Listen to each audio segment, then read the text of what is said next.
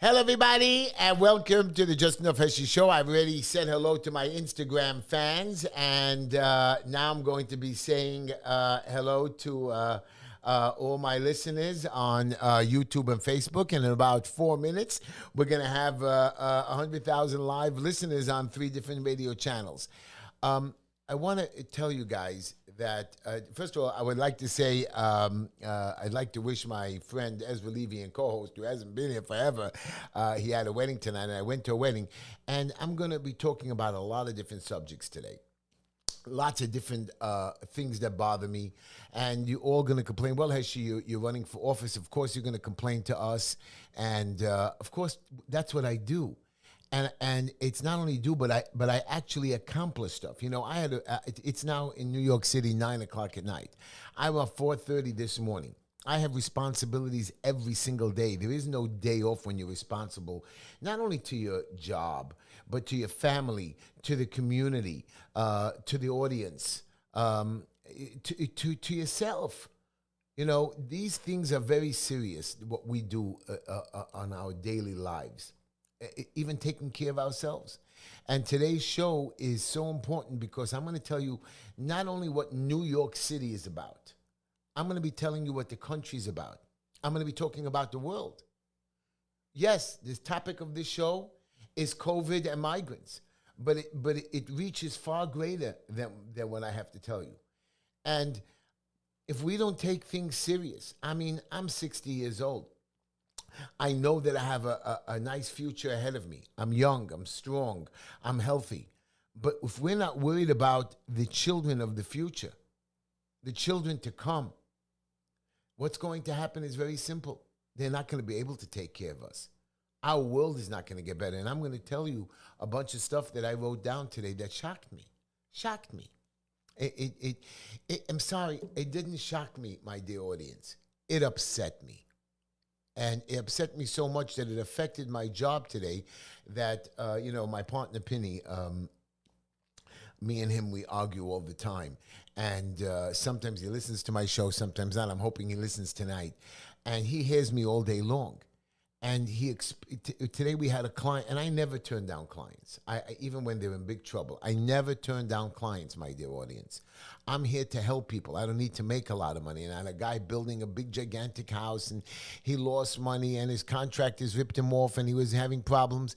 And we asked him to do something for us, and he didn't listen. And he got in more trouble. And he came today to us again, and we said, we can't help you. And Penny was like, in shock, you turned down a client? I said, the guy wanted to cause trouble. He wanted us to go down with him. And you're right, I'm willing to go down for others. I'm willing to fight for you. But if you're not willing to, if you just want to go down, or you want to find the cheaper way, or you want somebody else to take the blame for you, it's not acceptable. And that's what this show is about tonight. That's what I'm going to talk to my audience at Instagram. I'm hoping a few thousand of you pop up. I'm hoping YouTube, Facebook, you guys are growing my audience, and all the people that get to watch it on these other little mediums. And right now, joining us right now, and I would like to welcome, I want to tell my Instagram fans and YouTube fans, we're welcoming now 3 different live radio stations, and now the show really begins. I was just talking and keeping you busy. WSNR 620 AM radio, welcome. 1640 WJPR or JHPR, channel 1640 AM, and that was the other one was 620 WSNR 620 AM, and WVIP or W 93.5 FM. So welcome all my listeners. The show, again, I'm going to repeat, is about migrants and COVID. Heshy, how does this come together? It doesn't come together, but it does come together because it shows you how the country is run. It shows both his bachelor's in science and his rabbinical studies. Sergeant Peter, I love you, and you're the one I'm talking to as well, so you better listen to me. And, of course, Peter, of course, Ellie, I love you so much, and my grandson Yeshua and Layla, and all of you out there. I welcome you to my show and to my input. We must understand that we are grown people, and we know how to take care of ourselves. And I'm going to start with me. I'm going to start with me. And what do I mean by starting with me? Very simple. Very simple. You know, after COVID did scare me. COVID did scare me. Why? Because people were dying. People didn't take care of themselves. They didn't have people to watch them. That's the reason it scared me. So I decided to lose weight. I decided to take charge of my health. I decided to quit smoking. And of course, I've done 1,000 diets, 1,000 different pills. I've quit smoking so many times your head would spin. I've thrown away cigarettes that's costed me so much money just throwing them away, forget buying them. But we have to take charge of ourselves. And we can if we want to. Even if we don't want to, we still have the right to take care of ourselves. And that's my point, and that's the show. And I'm going to tell you how they abuse us and how they take advantage and how they and why we need to stand together. Not only in New York City. New York City is the light to the rest of you. And I would like to show you the way, not lead you, guide you. And I keep telling you that over and over again. As you know, I'm running for city council. I'm hoping he pops it up on the screen. HeshyTishler.com, HeshyTishler. I'm about $5,000 or $6,000 away or $8,000 away from my final goal, guys. Donate to my campaign. I promise you, when I get into city council, you're going to hear so much noise. Now, remember, guys, city council, most of the council members have to quit term limits after 2 years. So if I win, I get another 6 or 8 years. I could lead the city council or be part of 3 or 4 people that are returning as senior members who get voted to be speaker. You guys should take a chance on me. Take a chance. Send me a donation to HeshyTishler.com, HeshyTishler.com. Go online, $25, $50. I get 8 times the matching funds. Send it in. Show that we support somebody. I know you get texts from Biden and Marco Polo and this DeSantos, who I like so much, but now I don't like him. I don't like him. He's running against my president. But we're going to start the show. But first, we're going to start with a quote. And this quote is for all of you. It's easier to do the job right than to explain why you didn't. Leave nothing for tomorrow, which can be done today. Everybody knows that quote. And it's amazing what you can accomplish if you do not care who gets the credit. And here's my favorite. Change will not come if we wait for some other person or if we wait for some other time. I don't wait. I fight for the change today. I'm going to make changes. I change myself every day. I change people. I fight the city. You know, people say to me, Heshy, you're crazy, you're funny, we love you. You're not going to win. But I do have employees. I do volunteer. I feed hundreds of people. I raise millions of dollars for different charities through my lifetime. I take prisoners into my home, kids that come into my home. I've raised my own children, grandchildren, nephews, nieces, sister-in-laws, took care of my mother, take care of the sick. I'm a serious player. So you don't like when I have a little fun? You know, a lot of people, when they go on vacation, they go on the beach and they wear their bathing suits and drink their pina coladas. For them, that's nice. My nephew's going to Europe. He's going hanging out and backpacking. You know, my partner, he goes on these vacations, and when he goes away, he doesn't pick up his phone. He's not responsible. For me, my vacation is to have fun every day, to have a good laugh, to go do some good, to serve my community. That's me. And when we take off a day or two when the holiday's coming, by the way, there's a holiday tomorrow night, Shavuos, so I want to wish everybody a happy Shavuos. Me and Linda crash. We go home. We get off early. We go out to do our community service, and we don't have to go to the job. Yeah, we feed people. People come over to the house to eat and so on. Like last weekend, I told Linda, nobody's coming to the house. We were off. There was nothing. Me and Linda were going to sleep the whole weekend in. No volunteering, nothing. Somebody knocks on our door Friday night. I'm hungry. Another family showed up. It was like the coolest thing. And my son came with the grandchildren. Oh, boy, did they make a mess. And the house was busy. And the truth of the matter is, me and Linda love setting the tables and running around. By the way, Linda, you have to buy glasses. They broke 3 glasses, those kids. I love glass. I hate paper cups. I can't drink in paper cups. I need stuff that is cold. You understand? Like a nice cold Diet Coke can. You didn't explode on me. Thank you. Now, let's get down to the nitty-gritty. First of all, I want to tell you a joke. It's not a good joke. Linda's not going to be happy with it. It happened to Linda and me, and it just happened now. We were babysitting our granddaughter, Mira Nava, this Saturday. And after the meal, we were hanging out in the living room. You know, and when my granddaughter, she ran out of over to Linda out of unexpectedly and gave my wife Linda a big hug for no reason. She said, "I love you, Grandma." Then she turns to me and says, "Hey, Big H, Grandma hasn't gained a lot of weight." And then, as you can understand, Linda was very angry at me, and I'm not sleeping in the bedroom the last couple of days. Linda says, "Well, if she's so fat, there's no place for me on the bed." I said, "Linda, it was a joke. It was a joke." But I got in trouble, as always. But that's okay, because now me and Linda are going to laugh. I'm cooking tomorrow night the dinner for the whole holiday, so she's off altogether. I want to get into some stuff. How America and the migrants are crazy. New York City has 60,000 homeless people. 60,000. Costs us lots of money, and they don't even go to the shelters. They sleep on the street. We have 20,000 homeless kids. We have kids that go missing and disappeared and raped and sold into slavery or prostitution. Drugs. I don't even want to tell you. I see children dying. You know, there's a famous saying, and this is me. What's dangerous is when the universe picks you, and I believe it picked me, and you put on those magic glasses, and I have put them on. There are rules that go with them. You can never take them off.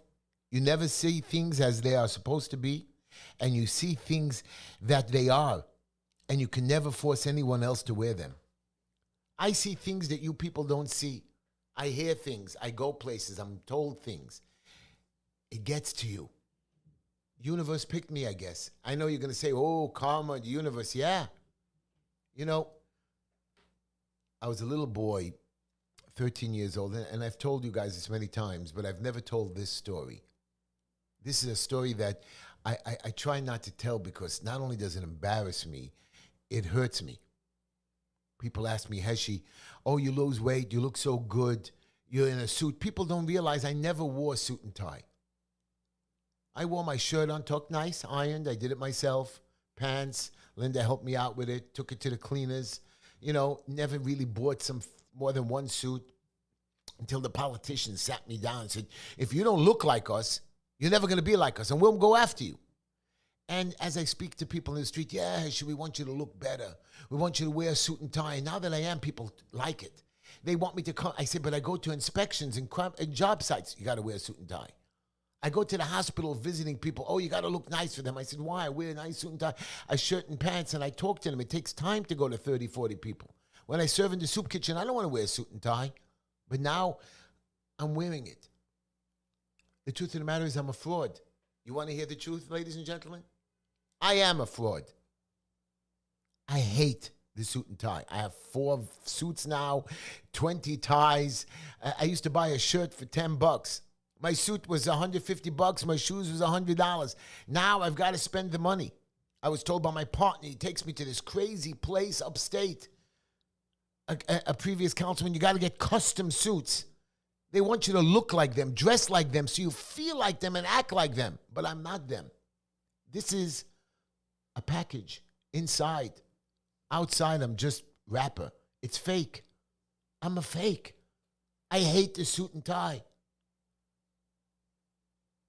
When I was a little boy, I started to tell you I was 13 years old. And my father died a month after my bar mitzvah. And he was proud. Holocaust survivor, his oldest son, he made it to the bar mitzvah. That's all he wanted to make it to. And money was tight, but we were doing much better, you know. And we went to Corvettes to buy our shoes. And we went to a lady on Avenue J that had like 1 million suits in her basement. And we used to pick out the suits. They never fit perfect. But hey, what do you expect for $50 or $75 in the 70s? And the shirts were never more than $3 or $5. And if my mother found a second that had a little rip in it, she was so excited she got $2 off. When I got bar mitzvah, my father took me shopping and said, "Don't tell your mother." And he bought me a suit, perfect, gorgeous, $300. I know you're laughing at the price, but back in the 70s, people didn't make more than $4,000 or $5,000 a year. He paid $300 some dollars. I remember I said, "Pop," he says, "Don't tell your mother. Then we went to the shoe guy. The shoes were $150, the most spiffiest, gorgeous shoes, black with the lace. That's why I love lace. It was like beautiful fit. You know, usually my mother would squeeze my foot in or buy a size bigger for next year. Perfect. Gorgeous. We went to buy shirts. He bought me 2 shirts. I said, 2, Pop? 2 shirts? And each shirt was like $30 and a tie. Back then, there wasn't so many different ties that you can buy at different prices. And he paid like $60 or $50, $60 for the tie. Wow. I looked like $1 million kid. And then he bought me this hat, this black hat, like a gangster hat. And I wore it, not like a cab hat. And I wore it to the tilt to the side, like the 70s style. And I looked great. I was so proud to, and my father said, hey, you got to be careful. And those suits were only allowed to be worn on the Sabbath or on special occasions or at a wedding. That's it. If you got a hole in it, you never got another one. And this one was top of the dollar. We went home, my mother said, how much did you spend? And my father gave her a story, you know what I mean, that he didn't spend a lot of money. And she says, you see how you can get good stuff if you look around? He tricked my mother well. You remember, these were survivors, and every dollar was important. Even when they made money, they were scared to spend it because they could take it away. And after my father died, we did lose it all, and I had to rebuild it. I was great. The bar mitzvah, I looked great. My father passed away on a Shabbos, that's a Sabbath, the day I wear my suit and tie. But he went to Israel to move us, and he took my brother with him. He couldn't take all of us, so he went there to buy the house and to move the family, and he was going to come home to pick us up. And he died there, and we got the phone call. And the whole family was having a hard time. The whole family was, brothers came over, cousins, uncles, aunts, everybody giving their 2 cents, fighting to get on the plane. And finally, I got onto a plane. It was Saturday night. And we got on that plane, dressed as we were, didn't take any luggage with us, jumped on the plane, and 12 hours later, they held the body for me because we buried the bodies right away. But somehow my family got them to hold the funeral back, and a son in Jerusalem is not allowed to go to his father's burial. So they kept him outside in a chapel for me to see him and to say the prayer, the Kaddish prayer. And as I got there, the rules of mourning and burying a parent is you have to rip your clothing. And these guys in Israel are very strict. They ripped my jacket, they ripped my shirt, they ripped my tie with a knife, cut it deep. It was hanging. The lapel was hanging, the shirt was open, the tie was like cut almost in half. They buried him. I sat and mourned there for a day, ran around Israel for a day to get my passport. We had some issues, and I came home and I sat mourning. As I finished my Shiva, which is the 7 days of mourning, it turned into Passover, which is a holiday. You can't go shopping, you can't go anything. You have to go straight and sit for 2 days more to make this big Seder and trapped in your house or your synagogue. And remember, my suit was ripped, my shirt was ripped, my little brothers were also ripped, and we went to the synagogue, and we had no other suits. We had no other clothing, and you have to go to a suit to the synagogue. We were taught to with a jacket and a shirt. I had another shirt, and I had a crappier tie, but the suit was the only one I had. Remember, the old suits really didn't even make it through the year. And I remember everybody looking at me, feeling sad, look at his suit ripped. I remember after the holiday, I took a needle and thread, sewing it up. It looked crappy. And, we just, my mother didn't want to buy another one. Plus, she was sad and depressed for a while. And I started working. I always worked a little bit on the side, put out posters and flyers. And I made enough money to buy a crappier suit about 6 months in, till my mother got better and came out of her funk in about a year. I hate wearing a suit. After that, I hated it.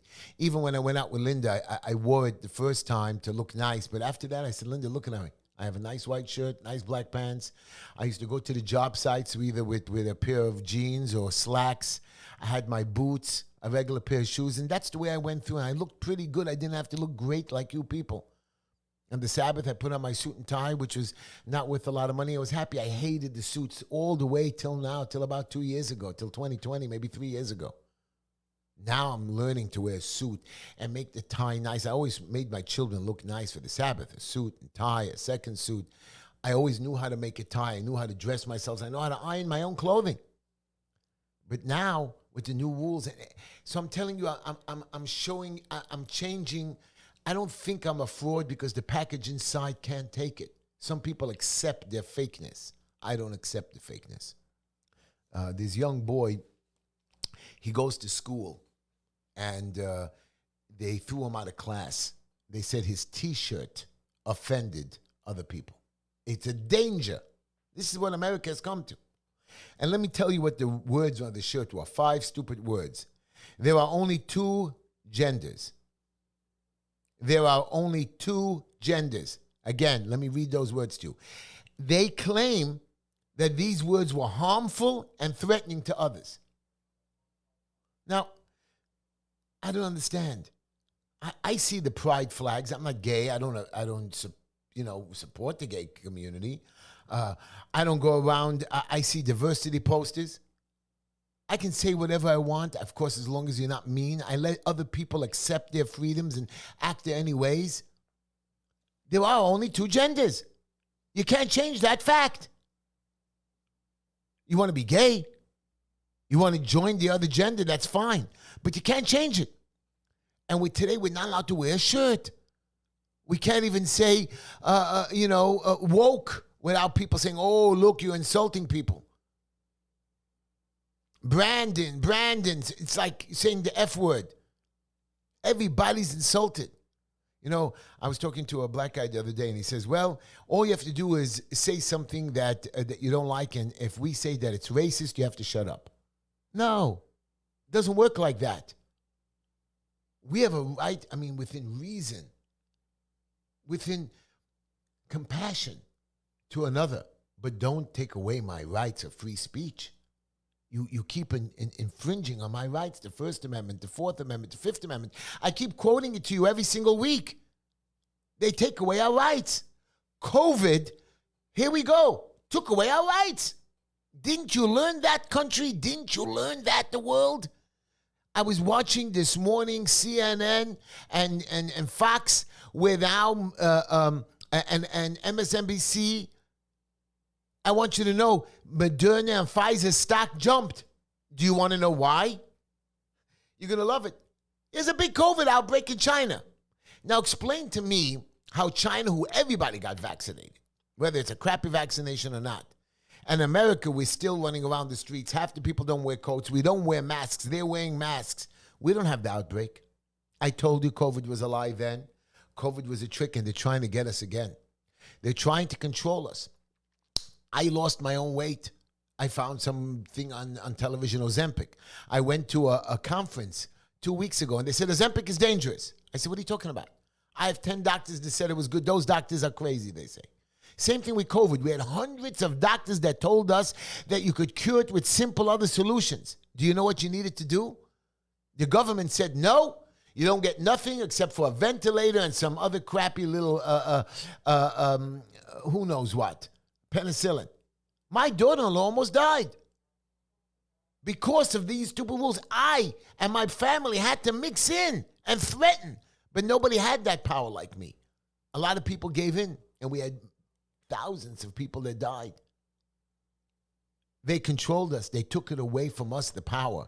We have the power. Look, I'm able to save my own life. Not because I wanted to lose the weight. I needed to. I knew I needed to. You have to take care of your own health, and if you don't want to, then you die. America today is something wrong. I'm running for city council, and if my own Republican Party goes and supports the Democrat, when he's gone every which way against the Republicans. You know, today I saw a homeless man on the street, and people called me, and I went there. My councilman did nothing in the neighborhood. At least go help him. How many do you have? You have 10 homeless people on Ocean Parkway where kids are running around. You know, they're not all crazy, but maybe one of them pushes them in the street. We have missing children, we have 2 kids that disappeared in the rivers this week. How do 2 young, beautiful 12-year-old kids jump into the river and die in 2 separate rivers? Something happened, and we're not watching our children, or people are getting crazy. We have kids that are missing, disappearing. You guys don't know about it because you're happy till it happens to you. You know, somebody says to me, abortion should be legal. You know, I can't fight you on the abortion issue. That's the federal government and the state government. But I can tell you one thing, I don't believe in abortion. Now, He says, what happens if your wife was raped or your kid was raped? I said, it didn't happen to me. And the truth of the matter is, I understood that. It didn't happen to me. I don't know how I would think. I don't know how would I react. So that's why we don't push our beliefs on somebody else. You don't want to do it, don't do it. You want to do it, do it. Problem is, you can't have me pay for it. That is the problem. You're right, rape, sex, incest. Okay, we can make exceptions for that. We've always had. And you have the right to choose. I'm not saying that you should abort the child.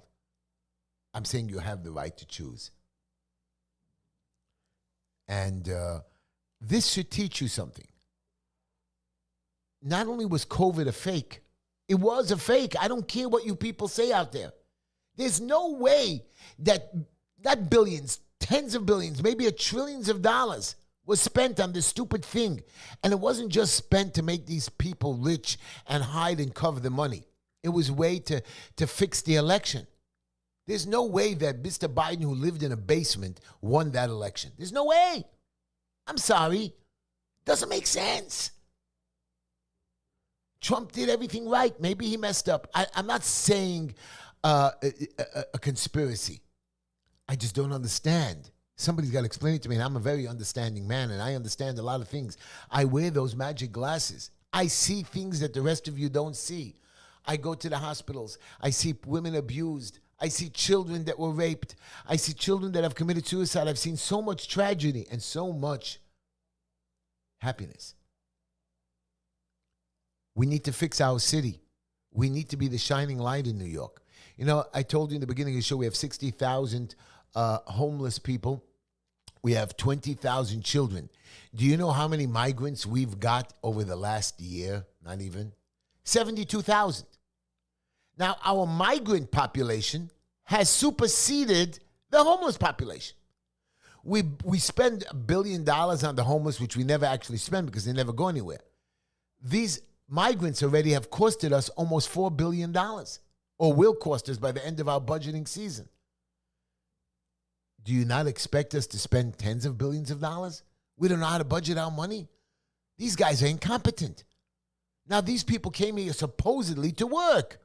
These people came here supposedly to get new lives. Don't put them in hotels. Get them jobs. Put them to work, even if they have to work for the city. Why aren't they working? Why are they in their homes? I'll tell you why. Because we're stupid. We don't know how. It's not that we just don't know how to lead. Mr. Adams, you need control. You have no idea. You're a good guy. But really, I don't see you being a good mayor. The city council, I told you, is up for grabs. I hope most of them lose. They won't. But in 2 years, they can't run again. And if I win, if you get me in, we're going to get it done. By the way, Ezra Levy was making a son. I forgot to do his advertisement. Call him if you get any criminal problems or the government comes after you for no reason. You call Ezra Levy at 917-755-1187. 917-755-1187, or you can email him at EzraLevy@gmail.com, EzraLevy lawfirm, LAWFIRM @gmail.com. Weapons possessions, drug offenses, domestic violence, theft offenses, assaults, DWI, criminal and family court, orders of protection. Ezra is the one. I'm going to show it to my audience on Instagram because you're the only ones. The ones on YouTube and Facebook, you see it under me right now. He's a very good guy and a very good lawyer. And I want to give you the number to call into the show. If you want to call into the show, you don't have to call into the show. I have a lot to say with you calling in, not calling in. But the call-in number to the show is 646-974-1581. 646-974-1581. Call into the show. You have a comment? Heshy, you crazy about COVID? Oh, you opened the locks. You embarrassed us. Let me tell you something. I don't stand for tyranny. I'm not trying to push my election. Of course I want to be elected. Of course I tell it to you. I tell you who I am. You're going to say, Heshy, will you wear the suit and tie when you get into city council? I guess so. I go to court now, I wear the suit. Really, I used to go to the local violation court. I never wore it. I work in construction sites. I work in Harlem. I volunteer. I just have to look presentable and nice. Some people want to look like $1 million. I look much better in a suit and tie, don't get me wrong. And especially with the weight loss, it looks great on me. And yes, sometimes I feel good when I go to a wedding like tonight or go to different events. Yes, you have to wear the suit and tie. But now I have to wear it all the time, they're telling me, because I'm meeting all these people. I feel packaged. I feel fraudulent. I guess I have to accept it. Sometimes we have to accept our own insecurities. I'm insecure because I don't feel that I need to wear the suit and tie. It doesn't make me who it is, and I keep harping on that. I'm going to get to the migrant stuff because the migrants are a problem. You can't, I mean, we have 8 million people in the city, 6 million, 7 million, 8 million. You're bringing in 72,000 people. Soon it'll be 100, soon it'll be 200. Now, just imagine when we get to 400,000 people, almost 10% of the, and we're not far away because it's not a long time since the migrants are being shipped here. So say we only have 200,000 migrants, 5% of the population or 3% of the population. Why don't we take care of our own poor and hungry and drug addicts? Why aren't we taking care of our own homeless people? If we could take care of them, if they could solve this problem, then why can't we solve our other problems? I'm telling you, it's mismanagement. We had $107 billion that right off the bat, when I get elected, $2 billion, I can show them how to get rid of our duplicity. I went over some of the budget items with professional accountants and other business owners. We can remove $5 million in stupid programs. You know, Ina Vernikova is running for city councilwoman. I'm supposed to advertise one of the magazines that she's on. I don't want to. I just don't like her. She made promises and she swears she's done. I don't know what she's done. She, matter of fact, joined the Democratic caucus. She's a Republican. She's supposed to support me. She supports my competitor because she wants money and help. I actually know for a fact that she calls his office for advice and help on how to run her campaign. Her campaign is in trouble. I don't know what to tell you. I have no idea what to tell you. There are rules and regulations. Like my Republican leadership, they're supposed to support me. Do you understand they went and collected signatures for my Democratic opponent? I asked him why. Well, he helps us. I said, what did he do? He gave you a couple dollars. You don't even have an office in Brooklyn. Dirty deals, backstabbing, you know. I remember America, when growing up was when we were honorable. We had to help our neighbor. We went to do charity because it was the right thing, not because you had an ego and you look good. We went to war to fight evil, not for oil. We supported our fellow neighbors and went to visit them because we felt they needed us, not to make money on it. Because now today, when you give the poor, the charity, or the soup kitchens, you're all making money. Mine doesn't. Yeah, I think it's good that, you know, we have a couple of soup kitchens and they do good, but they're all sucking money and they're all making high salaries. Half the people on the 501Cs out there are making more money than you can ever imagine. And they're running charities. What has America come to? What are we teaching our children? I'm teaching them different. I hope to guide and lead. What can one man do? I don't know. I don't know. Maybe I can't do nothing. But if you're not going to give me the chance, and I keep fighting. I've done so much. I was called to court recently, and I had to testify as an expert witness. And the lawyer for the opposing oh, you were in jail! Fraud! I said, you stupid, idiot lawyer. The judge got angry. I said, I went to jail because of losers like you, guys who lied to us, to the community. And I had to keep my mouth shut. You're not even telling the judge why I went to jail. Because I had to keep my mouth shut and not cooperate with the government on people that did other stuff. They wanted me to give them stuff that I knew. So they got me on a technicality conspiracy that the guy used my name and I wouldn't cooperate with them. And they told me I'm off the hook, and I'm going to keep repeating this story. But this is what they brought up in court. And I said, look at them. The judge appointed me as an HPD receiver. I make more money than you. All the chiefs in the city of New York for the building department love me because they know I'm honorable and I know how to do my job perfect. I had an HPD inspector arrested when he did something bad, and I work for them. No excuses. We must stand up when it's right. I've done that all my life. A lot of people can't. A lot of people can't lead or guide. I understand that. It's my duty. That's what makes me different. I told you the story of the suit today because I want to show you that things bothered me. I'm a human being as well, and I have to fight back. And I saw if I had a ripped suit and I was in pretty good shape as a family, how many people that have nothing? You ever go to a homeless shelter? Did you ever go? You ever see that lady wearing the same clothing for 2 or 3 days at a time? Asking me for a job for $10 or $20? You know, me and Linda give out quite a bit of charity. We have a foundation now. We have our weekly budgets and families and people in jail we give to. And every Friday, it amazes me that Linda turned into my mother in a sense, that she always has money in the pocketbook in the corner for people to knock on the door. And people knock on our door till the Sabbath, till like 15 minutes before, which is shocking. They should be home. Religious, not religious, modern, and they know Linda's name, and they know where to come. And I make fun of Linda. I said, Linda, you scream at me about the budget and the monies that we give out. She says, but they're coming to the door, Heshy. They have nothing. And I'm so proud of her, but I'm angry at her, but I'm proud of her because she doesn't want me, and then she's right that we can't give everything away again, but then she gives it away.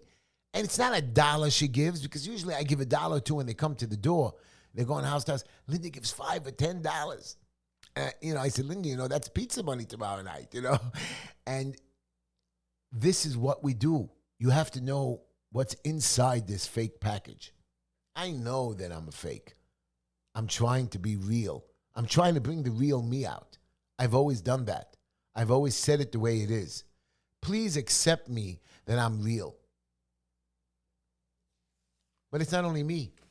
I want you to be real. I want you to stand up. I want you not to be scared. There's nothing to scare us. Nothing. Only God. I brought this show, and I started the show showing you how the government works.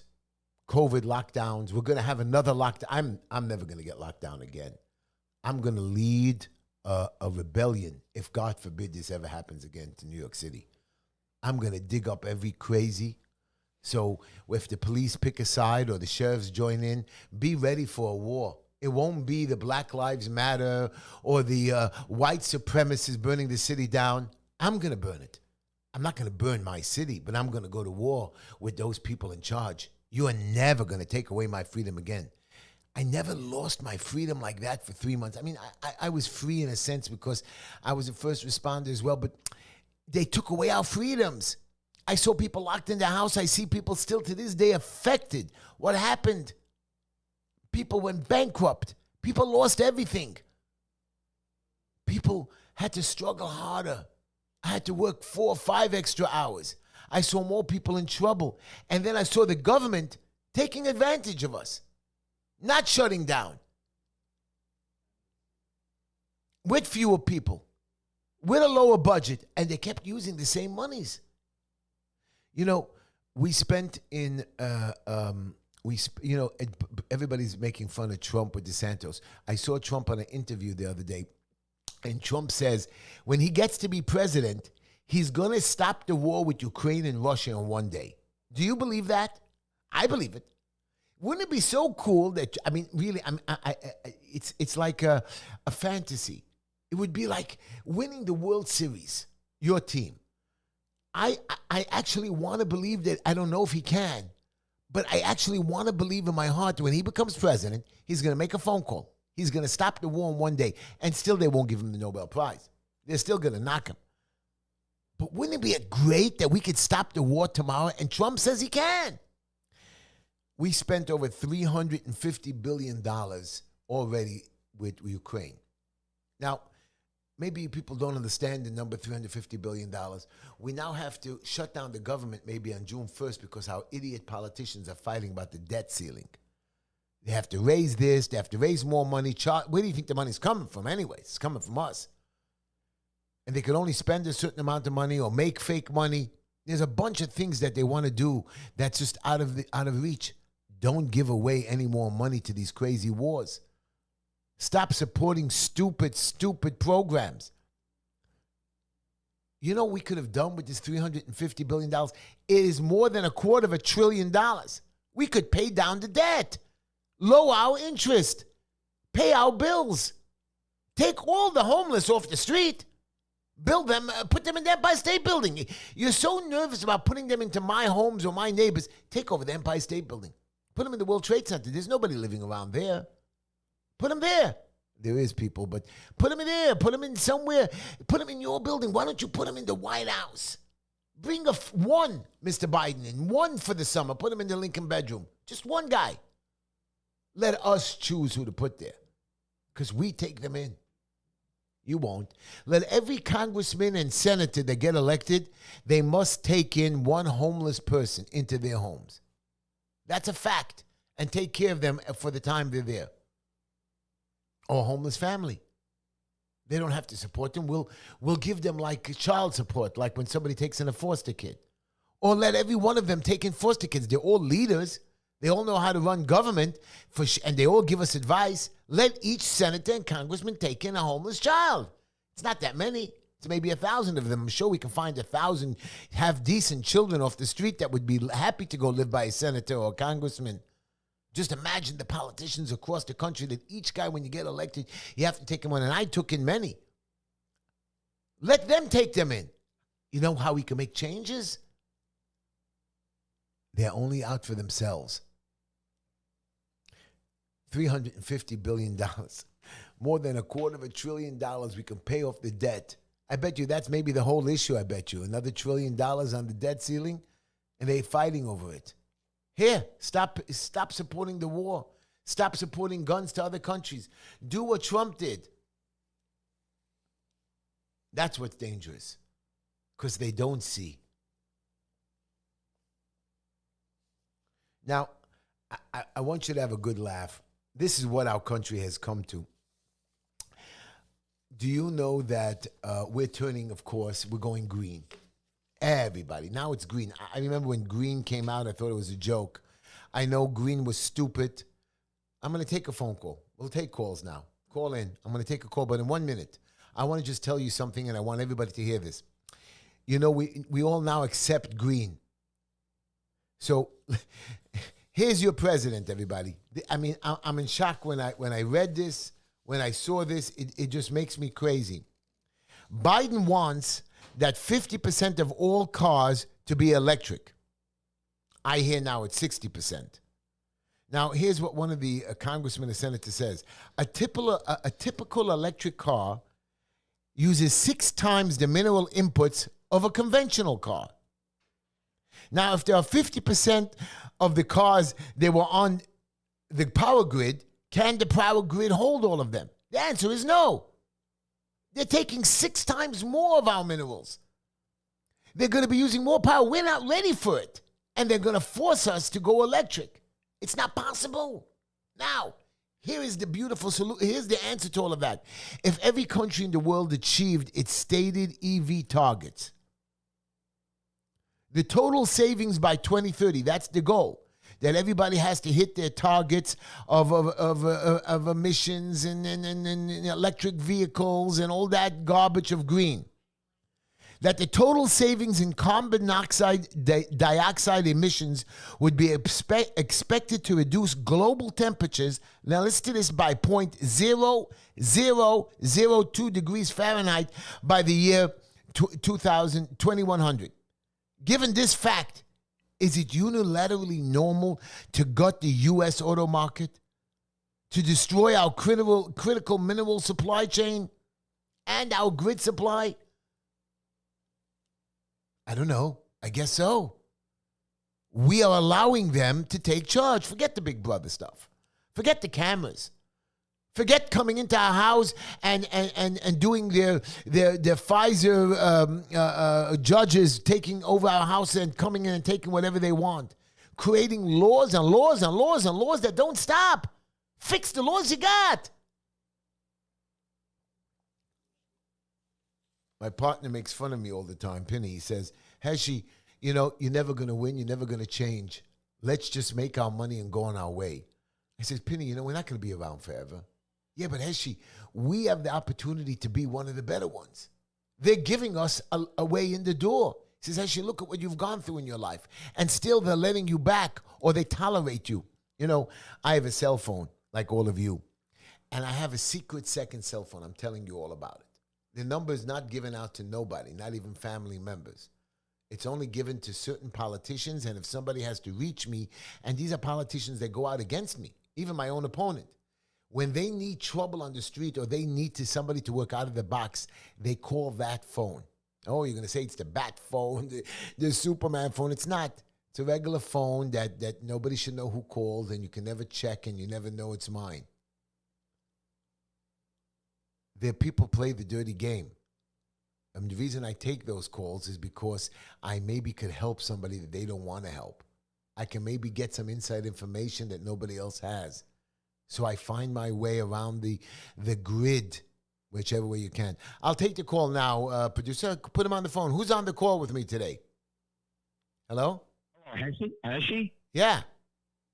This is Eddie from Baker Heights.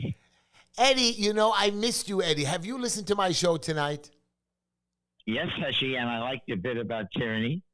And I could add the phrase waste, fraud, and abuse, and then stupidity. But the reason why they want all these illegal aliens in is because they hope to become Democrat voters, and they don't care what it costs people and money or whatever for the country, as long as in other words, they're putting their Democrat Party ahead of the welfare of the citizens. So I got that, Eddie. I understand that. But what I know you do. But what do they gain? So now they control the country. They control. They all get. But they get all a little piece of the pie, and they take away from the other side. You know, I heard a funny thing. You have the super rich. It was a comedian who said this. You have the super rich, out of this world wealthy, and they created. And then we have the middle class, us, that pay all the bills and struggle and suffer. And then the rich give us the poor to make sure that the middle class know their place in line. So what are these Democrats going to do? Put us in our place? Not let us fight back? Sometimes let one or two of us in? They don't gain anything because their lifespan is the same as ours. You're right. They have a better life. They're making us slaves. But they're stupid. I don't see their gain except for power, Eddie. And They have a distorted sense of value, Heshy. They want power. And they don't like people like Donald because they can't bribe him and they can't coerce him. They have to do it from insidiously by undercutting him, cheating and lying and whatnot. And they have the media to help them. I know. It's very sick. Once he became a Republican, they stopped liking him. You know, I've been a Democrat all my life. And I've been trying to switch to the Republican Party for many years. I couldn't in my heart because I'm a set Democrat. I was brainwashed as a Democrat. I thought the Democrats were going to do right. I can't accept it. I finally switched. You know, like I told you, Ina Vernikova, she switched and she was supposed to change her ways, but she hasn't. She just used her prestige and plays with the Democrats. And they allow her in because she's playing both sides of the game and she controls that district and they use her. And she's, again, like my party leaders, Eddie. The Republican Brooklyn party leadership supports the Democrats. They work with the conservatives. This guy, Jerry Kassar, he's a very sick man. We got to get rid of him. He doesn't understand. And most of those Republicans, let me face to you the fact, God forbid I win, which I'm going to win. Don't think that I'm going to be your friend. I am friends with people that help me. You know, Eddie, I have a guy in trouble and a very wealthy guy. My partner even told me not to help him. And I didn't help him. I asked him for a donation to the campaign. He says, what, you're blackmailing me? I said, 1 minute. You come into my office during business hours where I get paid a good salary, using my time for constituent service and freedom, and I see that you have a $3 million house. You committed everything illegal that you want me to help, and I can. And you don't want to pay me. And I said, that's fine.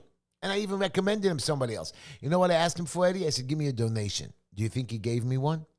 Now, I don't need his donation. I had many others, and I'm only a few thousand short. So everybody on your screen, HeshyTishler.com. That's YouTube and Facebook. The rest of you on the radio don't hear it. HeshyTishler.com. $10, $25. Yes, it makes a difference. I get a few thousand of you. Boom, I'm in. I only need 1,000 of you at $25 each, and I accomplished, and plus I get the matching funds, which upsets me. You know, I don't mind that the city gets matching funds. Eddie, you know what matching funds is? That you collect a small amount and you get 8 times the matching funds. Ina Vinikova can't even collect enough, and she's going to be able... Eight times matching funds? And that's interesting, Heshy, because what I understand, Trump goes after and gets most of his contributions from small... No, but that's the federal level. That's the federal level. I'm talking New York City. And you're talking... I know what I'm saying, but it's analogous. You're getting small donations, and Trump is basically small donations. But you have 51 members of the city council, and you have 5 or 6 people running in every race. Just imagine each one getting $200,000 from the city. Wow. Now the state... That's a lot of taxpayer dollars. Right, that we're throwing away. Even the rich politicians, they get the big money and they overget it. They request matching funds. And some of these politicians can't even do it. Ina Vinikova has no chance to win this election. I'm going to be helping her 2 competitors. I am a Republican. I will not help her. I'm supporting a Republican opponent, and I'm supporting a Democrat. She is a zero. She knows nothing of marriage, childhood, homosexuality, diversity, abortion. She's just a player. Yes, I know about a bunch of bad things about you, Ina, and I left you alone. But when you start double-crossing your own people just to be elected, and I said to people, let's hope that she does a job. 2 years later, you see nothing. Me, ladies and gentlemen, and Eddie, in 2 years, if you see nothing, I don't want you to vote for me. I'm going to tell you I don't want to run again.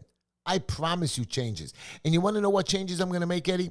Forget the joke that I'm going to get rid of all the cameras. That's one of the first things I'm going to do.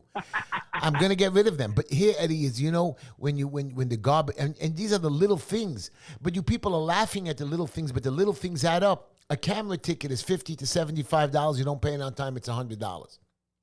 You park alternate side of the parking and the wrong side, that's $65. And it's only by 10 minutes.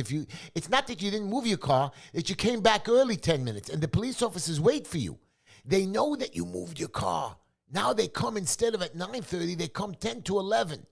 And they say, oh, you came early, you parked, and you're only allowed to come 5 minutes early. And they give you tickets. Now the people said, but the sanitation trucks passed. Nobody's coming back. Why just leave the streets open? There's not cleaning anymore. This is how they do it. And they get you. So now you just paid $100. You paid $65 for your alternate side ticket. So probably you get 2 of them a year. The garbage sanitation man passes by your house. He sees some papers in front of your house. Another $75. And the commercial people are paying $300. Right now I'm out $300, Eddie. And I'll keep going with the fines. I'll keep walking down there. God forbid you get pulled over by a cop. I don't even want to tell you of when you have your store or your business and somebody comes by and says, oh, you're 18 inches too much, or you didn't file a permit for something stupid, $2,000 fine. Or you didn't fill out the form, or you didn't pay. You know, if you don't pay your bill quick enough, that's another fine. Or if the city comes in to fix... That's why they're leaving New York State and New York City. But Eddie, I don't want to go, because then the migrants come and other people come, and you think that it goes away just because you left the city. So if the city goes bankrupt, what happens? No. That's only a personal solution. Things get worse. I haven't heard much about the other cities that have been corrupted. Right. Seattle, but you keep forgetting that even if everybody leaves and you give it to the poor and nobody pays taxes, the government is going to have to come up with the additional money to pay it. Where do you think it comes from? You people that live in Florida and Jersey and all these rich people, your taxes are going to go up to support other states. Is going to be paid for. Yeah. New York City, New York State is the biggest taxed and most supportive of this United States government. Where do you think our money goes? Goes to the government that gives it out to other cities and states. Sure, they give us some back. You people have to understand it. But we're going to say goodbye to a lot of our audience on the radio has gone off the air. They go off at 9:55 and our show is coming to an end. But Eddie, my complaints are not fake. So I do want to get... But I want to tell you, Eddie, it's not only the cameras I'm going to get rid of. It's not only those stupid tickets. It's not only that I'm going to create solutions. I'm going to create fixes for our parking problems. I'm going to create ways to generate income from our tourists. I'm going to generate more revenue for our businesses. I'm going to allow landlords to finally make a profit. Hey, you know, I know tenants complain about their rent going up. But you can't complain about $10 or $20 or $30 because half of you guys go out there and go drinking at the bar. Stop drinking. Don't tell me where you're going. You don't have to party. Go like me. Cook your extra meal. I understand everybody's entitled to a vacation and so on. But you've got to take care of the basic stuff in your life first. And if you don't do that, and that's why I start the show with your responsibility. It's not your ability. I keep telling people, it's your responsibility. If you can't go on vacation or you can't buy something, don't. You have to pay your, I have tenants that leave and they break the house up. That's not responsible. They keep their place dirty and they have bugs, so you have to call exterminators. Why? Why aren't you keeping your place clean? My house, you can lick off the floors, even when my grandchildren leave. There are landlords now that make tenants take out special insurance called damage insurance. And if you don't like it, you can't rent your apartment. That's a technicality. That's the only thing that these landlords can get away with today. If you don't take out this insurance, you get evicted.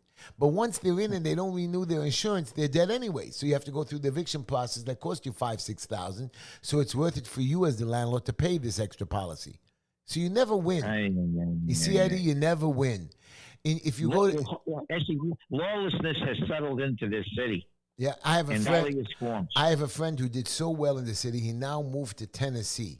And he's buying a property. He says, landlord tenants, in a week, you have the bad tenant out if they don't pay. He says the rules there of damages and repair, you can sue, you can keep their security money without even a blink, even though the landlords might be stealing. So be a good tenant. I know I always clean it. My tenants sweep and clean by my house and my building. They keep it cleaner than me. I'm embarrassed sometimes than when I'm late. They're great. You have to find the right people, Eddie. You have to treat your fellow man with respect. You have to run the world. And Eddie, I missed you. I haven't heard from you for so long, and I'm so happy you called, and I'm so happy many other people will start calling in, and we're going to take more calls. But I want my Instagram fans, I want my YouTube, and the many people that listen to me on the radio that are gone now because they shut them down at 9:55 and we go to 10 o'clock. I want you to know I'm real. I know you might see the package, Eddie. You haven't seen me lately. I wear suits and ties every day now, Eddie. And a nice one. Linda actually pays $55 for the tie. It embarrasses me. I own 10 ties, not all at $55. Some I got when I was volunteering at the gay outlet store, which I have no problem with. The city made me do it. And those ties were like $4 each. And they were nicer than the $55 ties. I tell everybody they're $55, but really they were $4, Eddie. They were great, They were really good, and for $4 you can't go wrong. And they weren't all pink. They weren't all pink. Make sure you tell Avram thank you because he got me through by calling me back because the other phone number didn't go through right away. He said he saw it, but I couldn't get through. But he managed to call me back and then patch me. I don't know why we have problems with the phone. It's a good thing. It's a good thing you gave me Avram's phone number. I think I'm going to give out his. Some other people might have some problems. They all have problems. It seems like the phones don't work good. My boy doesn't want to fix the phone, so I'm going to give out his cell number on every show. He shut off. I promise you one thing. He just shut off my phone, my mic. That boy now is going to. I swear 3 weeks. He's not getting money. He's not getting paid for 3 weeks. He thinks I'm joking. Anyways, everybody, we're coming to the end of the show. We're going to play the music. I love you all. Thank you for watching. Happy holidays. Come back and join me next Wednesday. Eddie, you make sure you keep calling in. We're going to take your call. I love you. You're one of my oldest listeners, and you've seen how I've grown, and I hope that you support me in my election and come out and volunteer with me June 27, everybody. I need 50, 60 people just at poll watchers. Come to my office and we'll give you the address. Come out here, volunteer for me. I want to win this election. If I can get like 200 of you out here on election day handing out flyers and posters and giving out sandwiches, I can crush my competitor. Now, on June 27th, and we'll talk about November 3rd. So everybody call into my phone or email me at justenoughheshy@gmail.com. JustEnoughHeshy, JUSTENOUGHHESHY @gmail.com. And if you want to join my team or come volunteer with us and or help us with flyers, help us make phone calls, I would love you guys. Do you really want to change? Do you want somebody to show the light, show you how to get it done? Because I